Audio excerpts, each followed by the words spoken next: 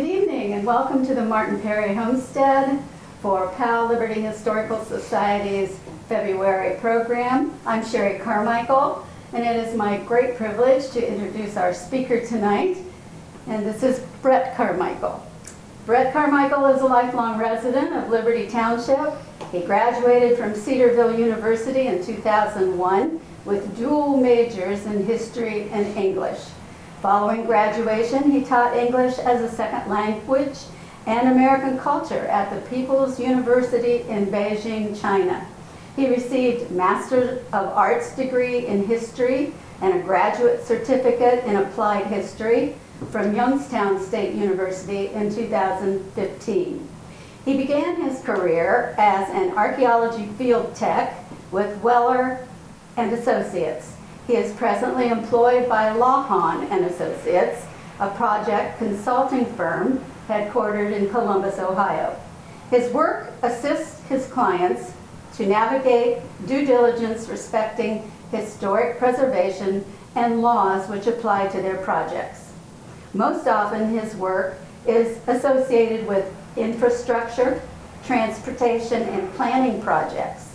His practical work primarily includes research to understand a project's appropriate historic context, field survey investigating prehistoric and historic resources, photography, site and property integrity analysis and curation, National Registry of Historic Places evaluation, and report writing. His work has taken him all over the state of Ohio, the surrounding states, and the mid-Atlantic regions. So we are so pleased to have you, Brett, and the title of your program is? 100 Miles Downstream. The reason it's 100 miles downstream is because this is the 100-mile house. It's on the Ohio River, and it got its name 100-mile house from being 100 miles downstream from Point Pleasant and 100 miles upstream from Cincinnati. And the old riverboat captains would know that when they passed this house that was up on the high terrace above the Ohio River, that they were about 100 river miles upstream, downstream from those 2 points. I thought that it was interesting that as I was putting this presentation together, that it's also, as the crow flies, about 100 miles downstream from Powell, Ohio on the Scioto River, which runs out at Portsmouth. And I can show you, if I can get this thing to work, about how that is in relation to where we are here at the Martin Perry house. And I just put together this little tour. There's Powell from the air.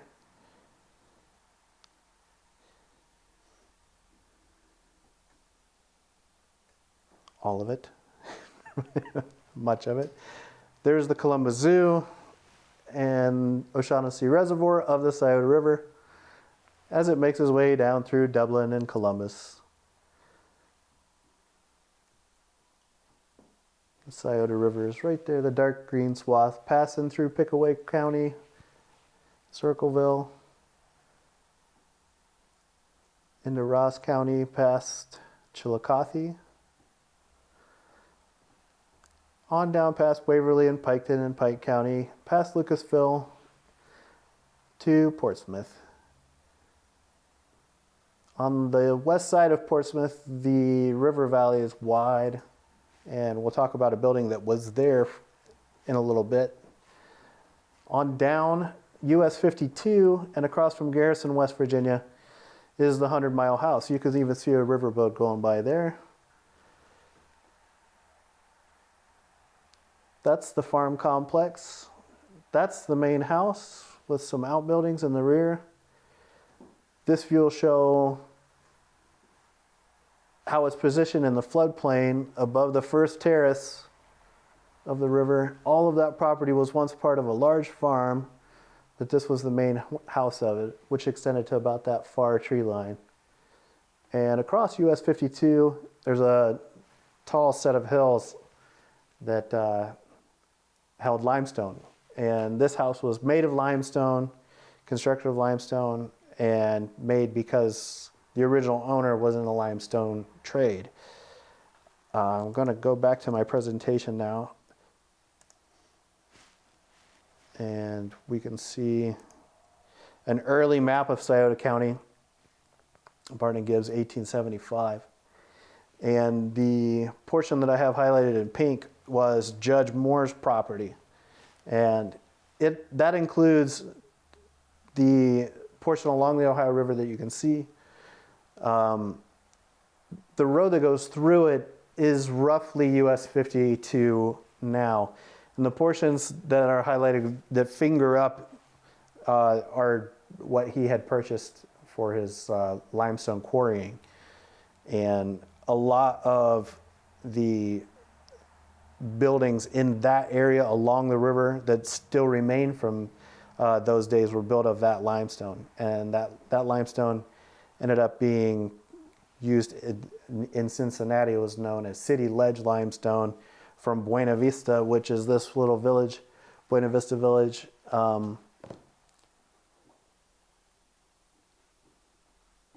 Well, it was basically an outport for this limestone that was being quarried in the hills across the road. Gibbons Landing was personal landing. Gibbons was another property owner beside Judge Moore, who was basically in competition with him, but they were all pulling out this high-grade limestone that was highly sought after as far as Cincinnati.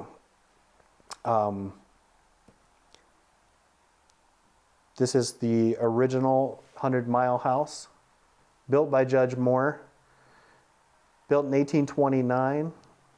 There's a picture of the lovely man. At age 94, it says. And he's buried just across US 52. And he was the 8th of 11 children, born to Reverend Joseph Moore. And he married Mary Polly Lawson, who's one of 11 children. Also, large families in those days, obviously.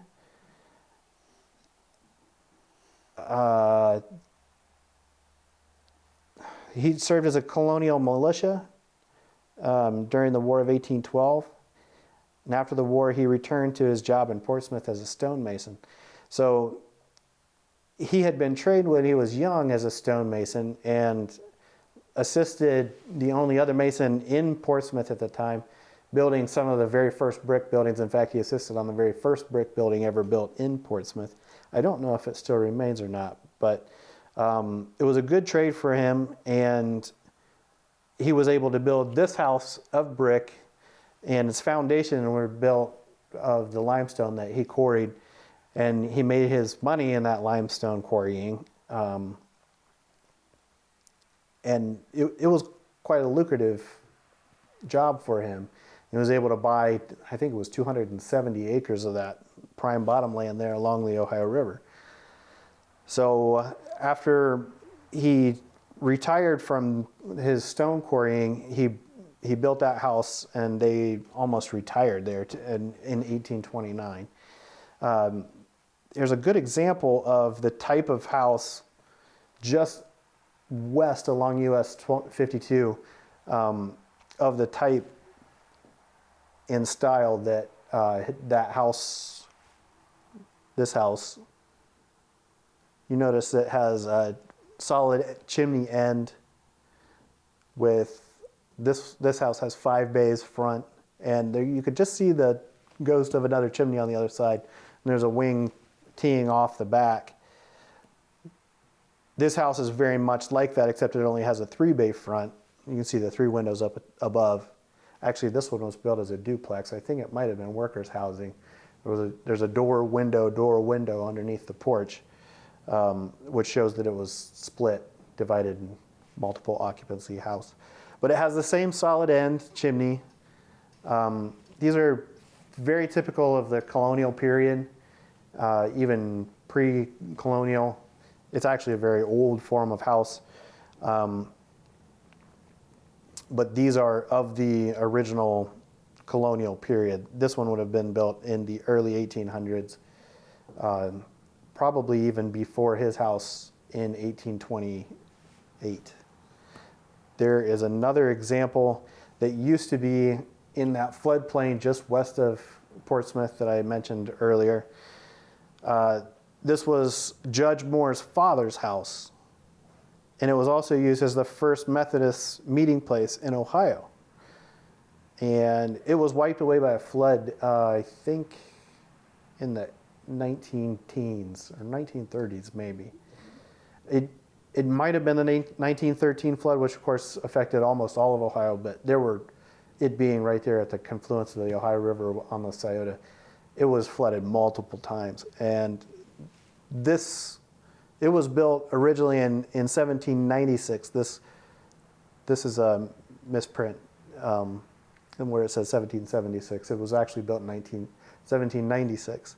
And then this photo is from later on, but shortly before it was flooded and demolished. And I don't remember, but I think it was the 1930s when it came down.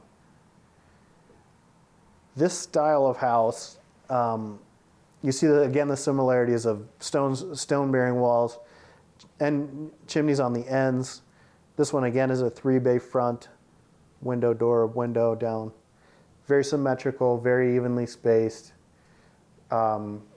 You can see these quite often in New England, but often down into the mid-Atlantic states and even in the South. You'll see this style of house, and it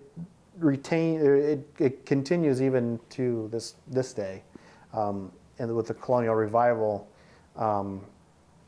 which is exactly what the present 100-mile house is, an example of colonial revival style. This is the house as it appears today. Charles Scudder purchased the property in around July 4th, 1928, 100 years after the house was built by Judge Moore. Judge Moore's family had variously owned it in those 100 years, and by the time Scudder purchased the place, it was owned by some married-in relatives by the last name of Coe. And in 1916, the Scudder family spent the entire summer vacationing at the Coe farm. And then another 12 years later, he would purchase that property. And eventually I think he had lived there for maybe 3 or 4 years. Well, I can't remember how long he lived there. Maybe it was only 3 or 4 months. But he demolished the original 100-mile house, which at that point was 100 years old. And he used the foundation limestone, and some of the other buildings at the time had been also made out of that same limestone. And it is a veneer now on the first and second floors.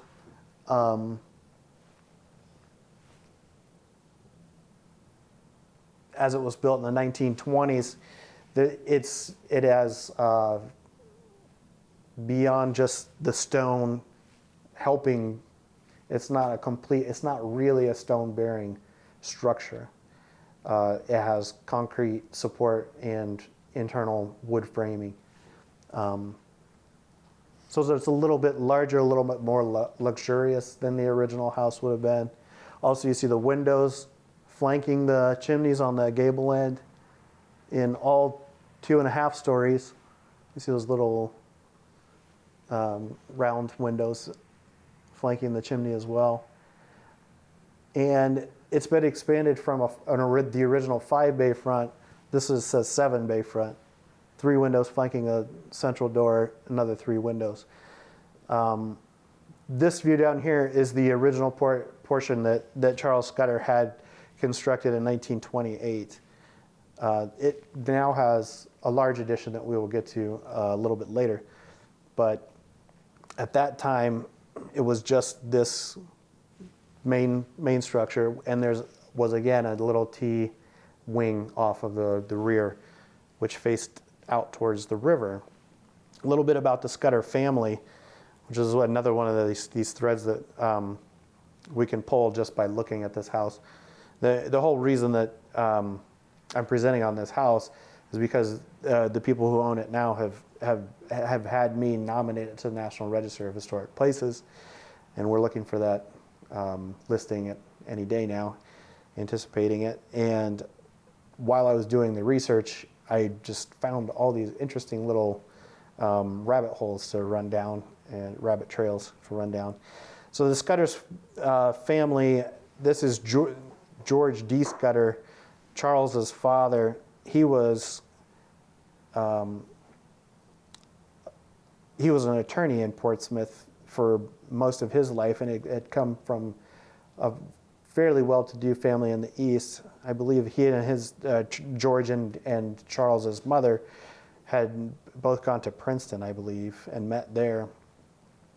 This is a family photo, and I don't know which one's George, and I don't know which one's Charles, the man who had the 100 Mile house rebuilt in the 1920s, but that's their family, part of the large family.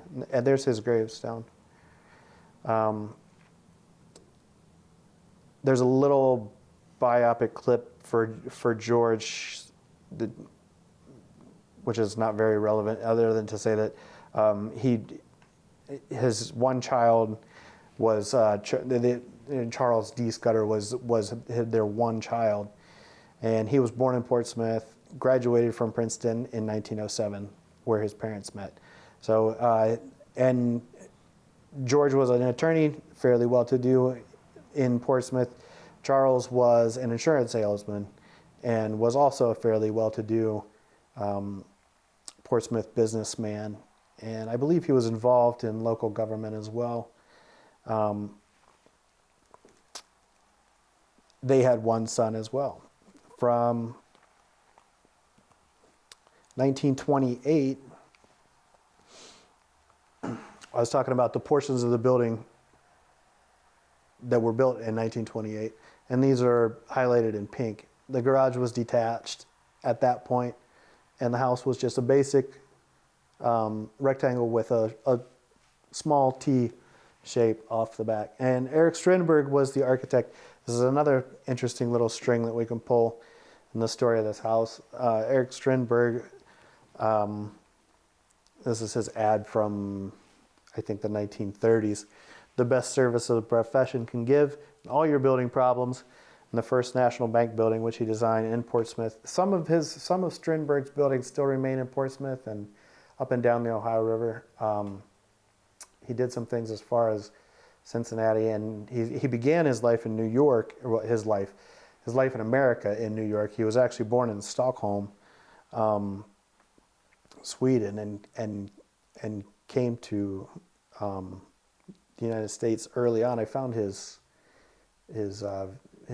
visa application from when he arrived here, I couldn't get it printed out into this, but the house that Strindberg drew up, obviously I don't have his original plans, it's just a sketch that I made, was, actually this is the entire house now. It's a colonial revival style residence, and the colonial revival is harkening back to those original forms that we saw of the other stone buildings that were present down there. Strindberg came to Portsmouth in 1924 for the express purpose of working on what was the third Scioto County courthouse. And the cornerstone in the picture down here says, John Scudder Adkins, architect, AD 1924.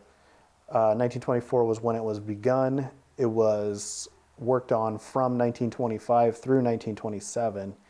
It's a neoclassical style building. You can see the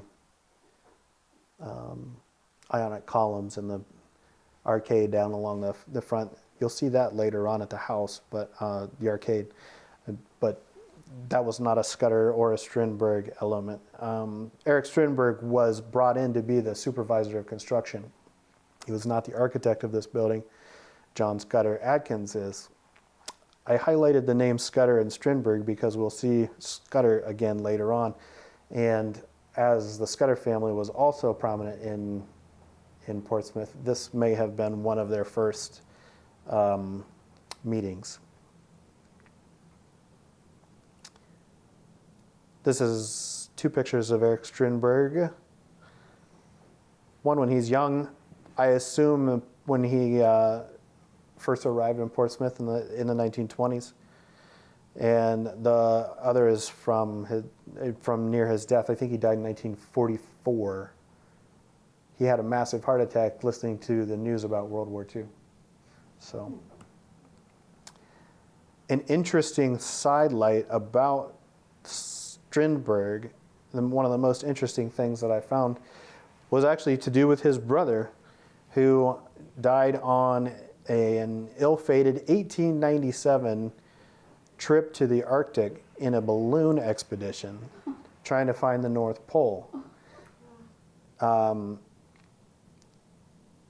It was 1930 before they found his body. And at both points, the whole family was, drugged before the press for their interpretation or their emotions or reactions of both the crash and in 1930 when Strindberg was living in Portsmouth. The Portsmouth Times interviewed him about the entire affair, and there's actually a fairly interesting story that comes out of that too that I won't get into right now, but it just has to do with Strindberg's brother and their last moments in a journal entry and things that you can research on your own. 1937, Richard Selby purchased the property, and that's a picture of him, I think from 1950s, as he was about to sell some of his horses, which we'll hear about later on.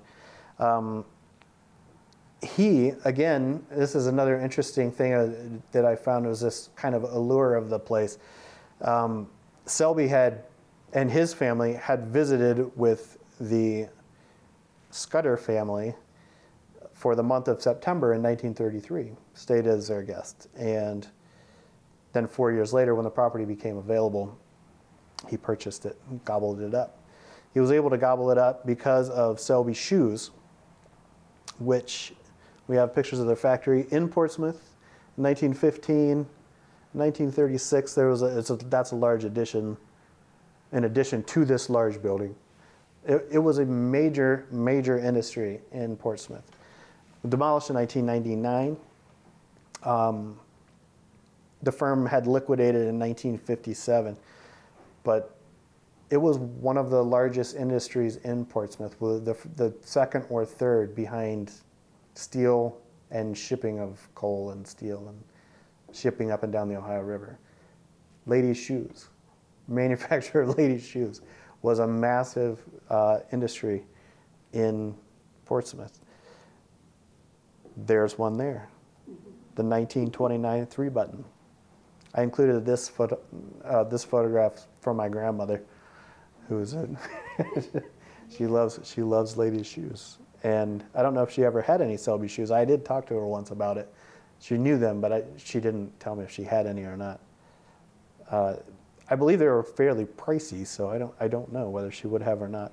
This is an ad from the Ladies' Home Journal in 1920s, and that is a factory worker from the 1930s. There were lots of photos of people working, but it was hard to tell what they were doing, so I chose this one because you can tell she's got a sewing machine there that she's sewing leather together. There's an early style, a boot from 1906, and they were most well known for their arch preserver patent in 1929. Actually, I don't know if the patent was from 1929. This photograph is from 1929, and I believe it might be the year of the patent. It doesn't say what the year is on the package there on the label. Selby Shoes was started by Charles A. Selby's father, George Selby. Another interesting little string to pull. When he died in 1927, this was his biography that was put out on his funeral card, and it says that he was married in 1867. Acquired. He had started as I think a door-to-door Singer sewing machine salesman, and when he came to Portsmouth, and he remained there until 1877, and then got drawn into the Drew Selby Shoe Company in 1880. And then in 1906, he was able to buy out his partner, Mr. Drew, and started the Selby Shoe Company, which grew and grew and grew as we saw. So in 1903, he started a bank there in Portsmouth. He was very involved in the United Methodist or the Methodist Episcopal Church in Portsmouth, and served on an official of its board for many years, and was also a trustee of Ohio Wesleyan University in Delaware. He died in 1927. So that's how we might know his name here in Delaware, Ohio, is from his association with Ohio Wesleyan. Their football field is called Selby Field, after his generous work with them. And you can see it says Selby Field 1929. So it was that stadium was built in his memory 2 years after his death. His sons, who took over the company, had bequeathed the money. I'm sure there was something in his legal documents that instructed them to do so as well. This was his home. Again, we're staying a lot on George, but to understand Roger Selby's childhood home was a grand place in downtown Portsmouth. This is in town in this photo is from 1898. So you can tell this is what he was used to growing up. So when he purchased the Scudder farm, which had been known as Greenwood Farm for a while, they had Ayrshire dairy cattle, and some of the highest producing in the state from what I've seen, from what I'm led to understand. Selby made additions to the original house. There was our portions built by Strindberg in 28, and Selby had additions built. The back extended, the detached garage was attached. There's a kitchen in this area now, a galley, a little wind row, breezeway to this large rectangle there. Is an arcade that's open arcades, and ends up being also a covered porch. And then above it is an open porch on the second floor that the roof acts as a deck for that second floor. And built a larger garage, which was attached by the arcade. You'll see photos of that momentarily. So it greatly expanded the size of the house. This is the entire facade. There's the new garage. The nice thing is you can tell what's an addition and what's not, because the original stuff was stone. The addition is all in brick, minus the original garage, which was a detached garage originally. It's in brick, and the brick work on the additions kind of matches the brick patterns of the original garage, but they can be distinguished. So this portion here is an addition attaching to the original detached garage.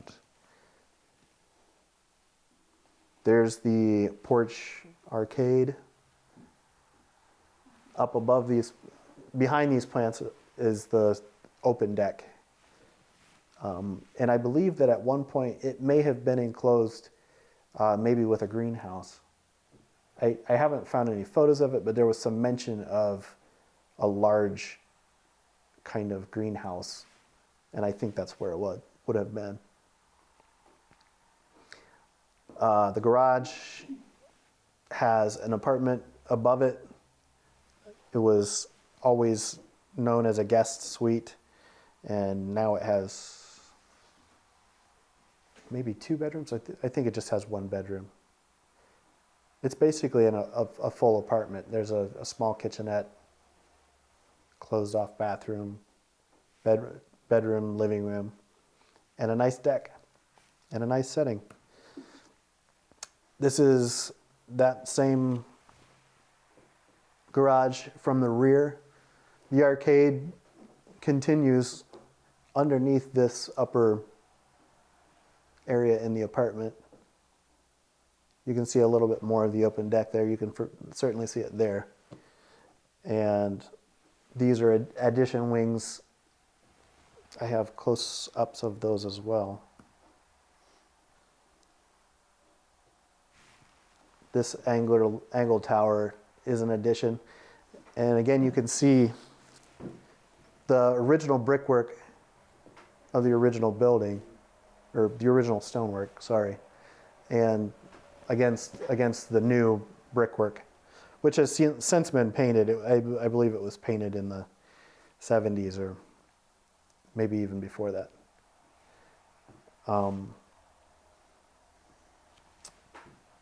I mentioned that the rear T was expanded, so that's all out the rear. This is the riverside of the grounds. It's up on that high terrace, if you remember from the early aerial view. And it does not slope down gradually to the river. It slopes down gradually to where this flagpole is, which is there. And you can see how cantilevered that deck is out over, that's the actual bank of the Ohio River. And then it drops probably 40, 50 feet down to the water level, or normal. And unfortunately, I wasn't able to get a riverboat coming by when I took that picture, but you can see them. They pass fairly regularly. That flagpole, interestingly enough, is a shipmast from an old boat. I don't know if it was an Ohio River boat or where it came from, but it is a shipmast from a boat. And there are those white things below it. I can never remember the name of those things, but the chain goes around it to hoist an anchor. And it's a simple name that a capstan. Thank you. It is a capstan. Like I said, it's a simple name that I should remember. Thank you for that.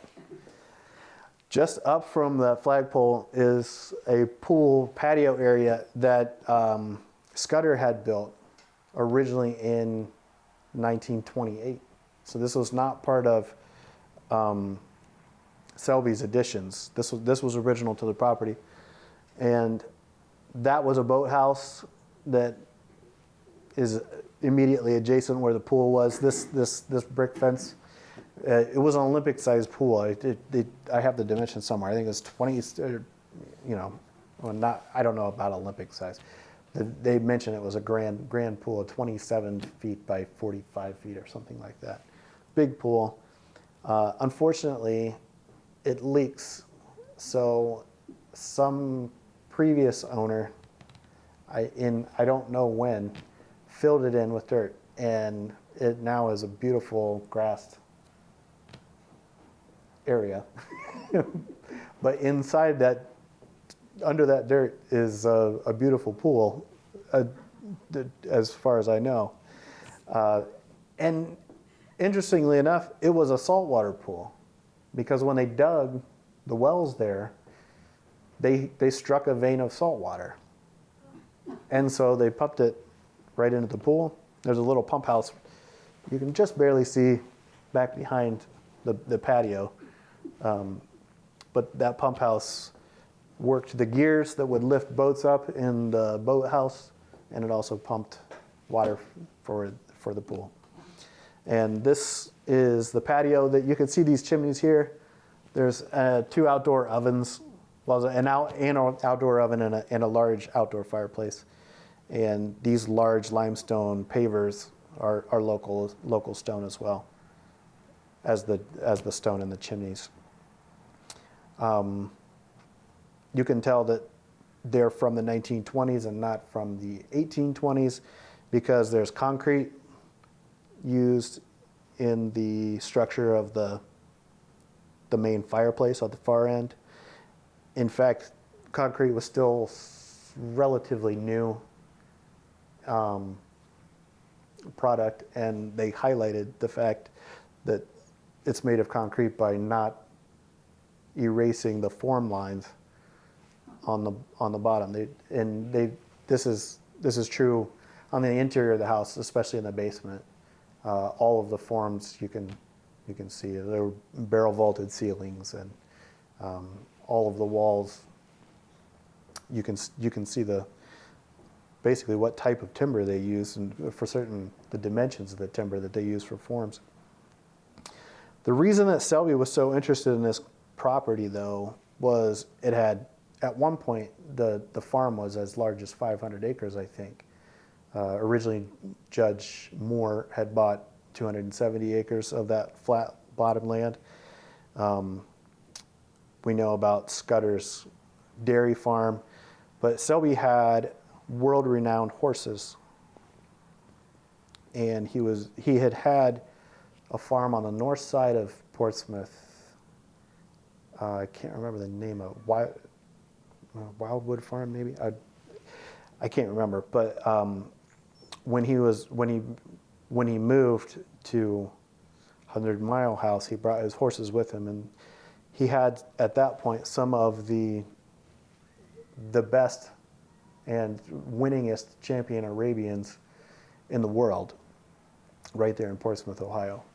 So this is a study of various poses of Arabs imported or bred by Roger Selby of Portsmouth, Ohio, done by a famous horse artist. And I did not realize before I started doing research on this place how much there is to know about horses and Arabs and famous Arab horses and the artists that draw them.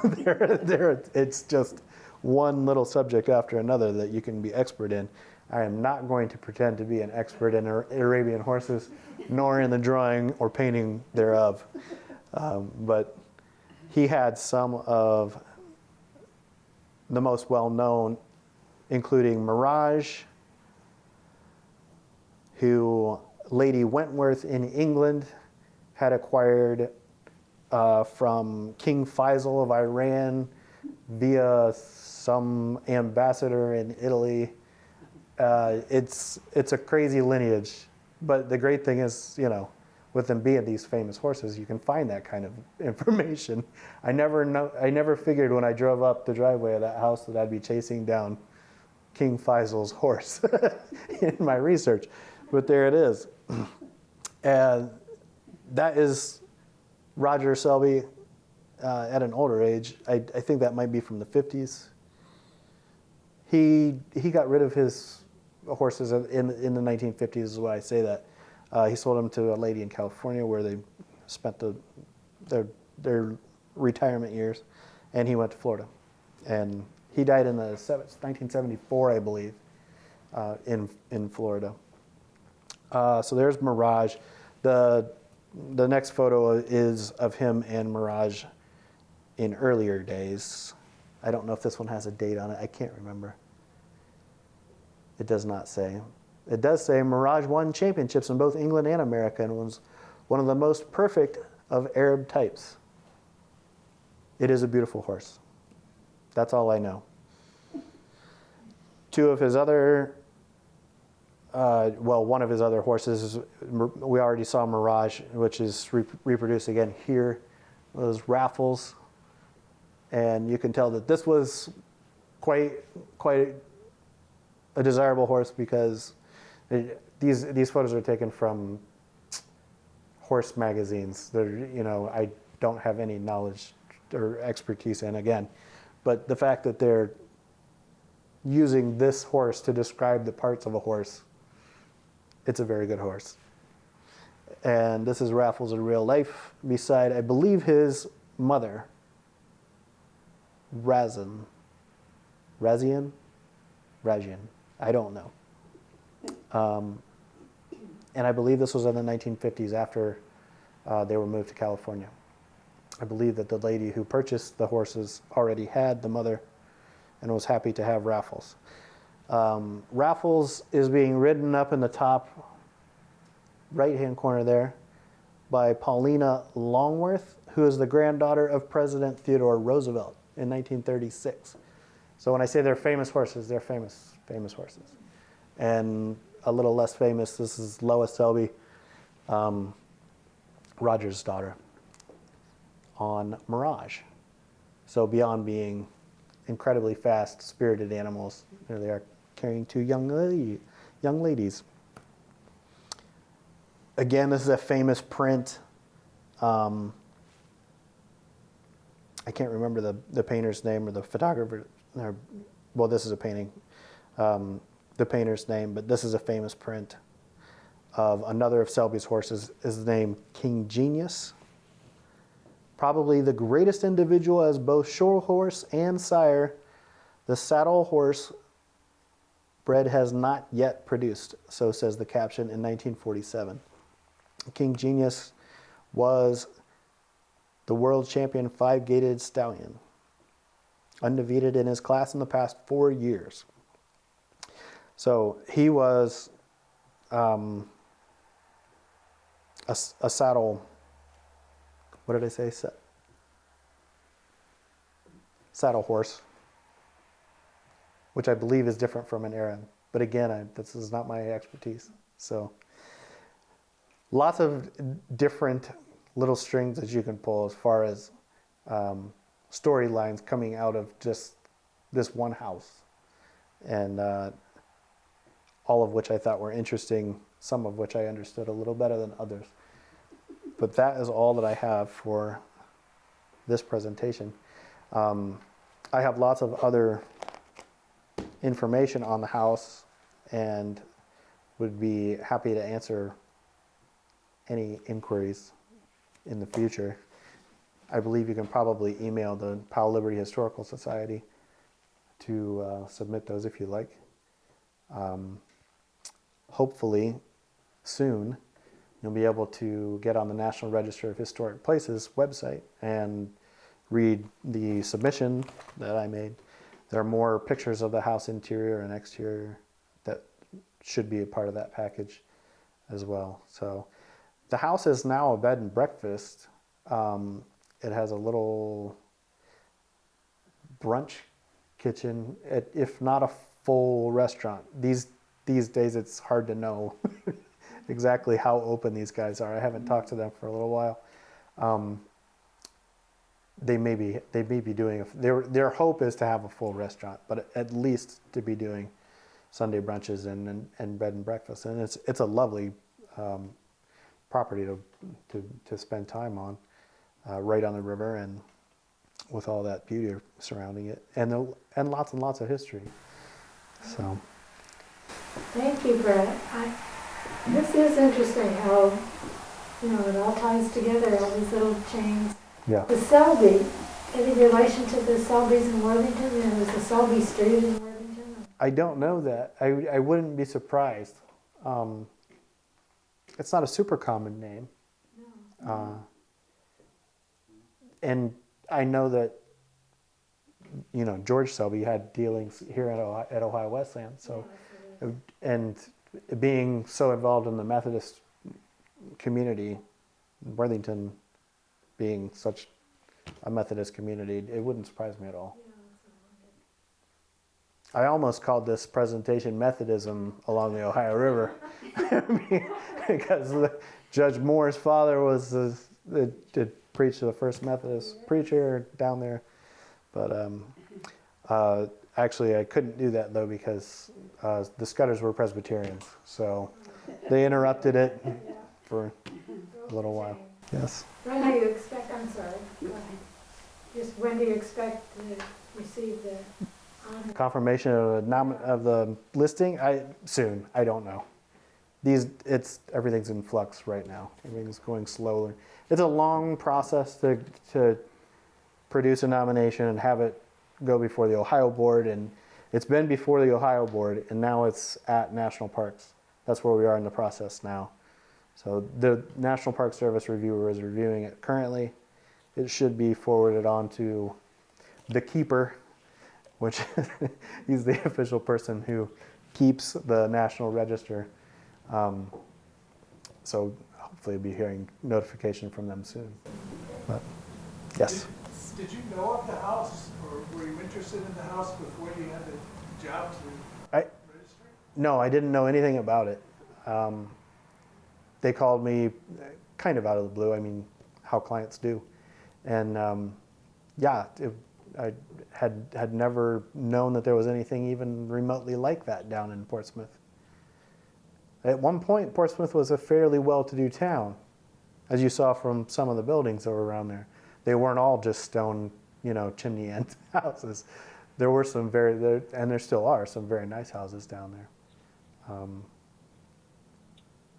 But actually, one of the things that led to its economic downturn was when Selby shuttered the shoe factory. It was a major blow to the economy there in the end of the 50s. Yes, ma'am. Take me through the process a little bit. First of all, who owns it now? And they did contact your company. And how long when did they contact you? How long does it take you to do this kind of research and bring this to fruition? It takes longer than everyone wants. I believe they contacted me in middle 2019, and I had to set up time to go down and visit the property, take the photos, interview people, do library research in Portsmouth. I did that all in one day. I had everything set up so that I could be efficient about it and do it in one visit. Go to the county archives and look at land deeds and things like that. But research takes a long time. I had a hard time finding information on Eric Strindberg, the architect. Didn't even know his name until I found it in a news article announcing that the house had been, completed. It's a wonderful day to be a researcher, though, with all the stuff that's on the internet. I mean, Ancestry.com and newspaperarchive.com. You can find almost anything by just typing in a guy's surname. So once I had the hard documents of the title transfer for the property in hand, I could go through all of those names. And the reason you only hear about the Coe family at one moment is they weren't shoe magnates, and they didn't own Arabian horses, and they weren't life insurance salesmen that were able to build the house. They just occupied it for a time. So can you tell us who it is that owns it now? I don't have their names in front of me, but they have a website. I think it's called the Selby 100-Mile House and Gardens is the name of this. So if you just put that in your Google search, Selby 100-Mile House and Gardens. They have a beautiful website. They rent the place out for weddings and events, as well as being a bed and breakfast. So they have a gorgeous website. It's way nicer professional photographs than what I have here even. So worth a look. And if you have time, call them up and book a weekend. Nobody lives there now, unfortunately. Yes, there are people who live there, but it's a 22-room mansion. So when Scudder originally built the place, there was room. It's ostentatious inside. I think there are 7 chimney or fireplaces with hand-carved mantles of a high quality. All the woodwork is very well done. I didn't include any interior photos, not really out of any sense of privacy, but I just didn't really have time to get them into this presentation. But it's well maintained, and and the historicity of the place is not lost on the inside either. Some of the additions have been kept up. I like the kitchen has recently been remodeled for even maybe some of the previous owners. So not every detail of the house is original to the 1928 or even 1937 time period, but those periods are certainly present in most of the rooms. So it's really quite something. And in a nutshell, what are the qualifications for National Registry? That is a whole other presentation. To be eligible for the National Register, first of all, it ought to be at 50 years old, which is what we consider historic here in America. In England, they don't even start looking at places until they're 100 years old. So, but 50 years old is a basic timeline. And then they need to be, what I do is assess them for significance and integrity. Is the property significant historically? How much? And there's a whole another 7 gradations of integrity also. How much does it show that significant history? That's what integrity means. So there are different criteria that we can apply to not just a home, a dwelling, but any kind of a building or structure. A bridge is a structure that's different from a building, or a barn, or a commercial building. Objects also can be eligible for the National Register, like a monument or a boat. There's a boat in just up, not in Portsmouth, but in Marietta. There's a boat at the Ohio River Museum that is on the National Register. I think it's the final remaining stern wheeler, coal-powered, steam-powered stern wheeler. You can visit that as well. I was there last summer. It's beautiful. It doesn't go anywhere, but it's moored. But that's an object. It's not only eligible for the National Register, it's listed. And sites also can be listed, which typically include archaeological sites, but battlefield sites, places where famous speeches were given, where there's no building, there's no object, there's no structure. These things can be eligible too if they're significant enough, and if they retain enough integrity to tell that story, and they have someone to make a good nomination for them.